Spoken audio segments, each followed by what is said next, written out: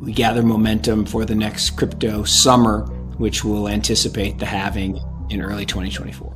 I think if you break out the 4-year cycle into 4 seasons, winter, spring, summer, and fall, you tend to get about a 15-month period for crypto winter and crypto summer, and then 9-month periods for crypto spring and crypto fall. We had crypto winter. We peaked in November of last year around 67,500. The fair value at that time of the Bitcoin blockchain was probably somewhere in the high 20s, right around 30,000. And we were too high. There was too much leverage in the system. That all got reversed when they approved the Bitcoin futures ETF instead of the spot ETF. And by approving the futures ETF, you basically allow big institutions, particularly banks, to go short the Bitcoin market without actually having to have exposure to the underlying Bitcoin. And that put downward pressure on prices. That led to liquidations of leveraged speculators and gamblers, led to the crash and the bear market. I think we're in crypto spring, and spring doesn't mean straight up, right? That's summertime, parabolic move, more speculators. Spring is kind of yuck, right? It's kind of windy, it's kind of rainy, it's kind of muddy, and we kind of just bounce along and consolidate. We gather momentum for the next crypto summer, which will anticipate the halving in early 2024, right? I think people mistakenly classify Bitcoin as a risk asset. It's not. It can have periods of time where it functions similar, or I shouldn't say functions, where it acts similar to a risk asset because of the types of market participants that are participating in the market. When you have a very illiquid market like that, it is prone to booms and busts driven by market activity. People say, oh, well, it didn't act as a store of value. Well, no, it actually did. So the Fed from 2020 to 2021 printed half of all the dollars that existed in the history of the Republic. Okay, it's a long time, 246 years. Okay, here's an interesting thing. Bitcoin went from 10,000 to 20,000. Exactly what it should have done. But it went to 70,000. That had nothing to do with Bitcoin. That had to do with speculation and gambling. And so if we look at today, the fair value of the network has fallen back down to 20,000. Well, why is that? Well, fewer transactions, less writing to the mempool, smaller transaction sizes. There have been fewer actual participants in the Bitcoin network. And that's because people saw the price fall and they freaked out and they backed away. And so now we're at this really interesting place where the fair value and the actual value are very tight, and people are waiting for this big macro pivot. It's probably not coming, right? The Fed's probably not going to double the money supply again, so we're probably not going to have a devaluation-induced price rise. Ultimately, I view these markets as not correlated and independent of one another. And people say, oh, but Bitcoin and the markets were correlated from November to June. Of course they were. In liquidations, in bear markets, in liquidations, everything's correlated. International stocks, emerging market stocks, US stocks, bonds, everything goes down.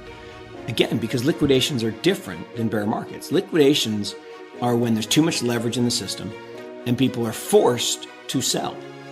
And again, they don't get to sell what they want to sell. They sell what they have to sell. And that's usually the most liquid assets. So I do believe that we're going to see investors look to their portfolio and say, higher rates probably means lower growth rates in the future, because we got tighter liquidity conditions. which means I probably want to have less exposure to growth assets. I probably want to have more exposure to diversifying assets that protect my portfolio. Well, bonds don't work in a rising rate environment. So how about digital assets? And my belief is that people will look at the digital assets and look at the long-term data and say, they're quite uncorrelated to other assets because the drivers of digital assets are not the same as traditional assets. Traditional assets are driven by economic growth, Fed policies, inflation. Crypto is driven by the technology itself, millennial adoption. That digital divide is so acute and so wide. And what people miss, I think, is there's 37 odd trillion dollars with a T, trillion, that's going to go from my generation, the boomers, to your generation, the echo boomers. That's a lot of money. That money's not going to stay at Merrill Lynch and UBS and invest in municipal bonds and IBM. I believe it's going to migrate into the digital asset ecosystem and put, constant rising pressure on price. The 4-year cycle is alive and well. And, the next halving occurs, January, February of 2024. And usually the market will anticipate that by about 9 months. So we're talking about, April, May of next year. And then, and remember, it feeds upon itself. So the first investors come in because they look at the value and then they look at the price and say, well, the price is below the fair value. So if the value of the network is around 20,000 and the price is 19,000, I'm going to buy that. Then as the price moves up into the low 20s and the value starts to creep up, now the traders just get involved because they're like, oh, it's moving, it's going up. Well, then what happens is people look at the halving and say, well, if the block rewards get cut in half to 3.25 from 6.25 to 3.125 from 6.25, then the price has got to double-ish in order for the miners to continue to make money. Now, the miners can get a little more efficient. They can maybe move to lower price electricity, but bottom line is the price has got to roughly double.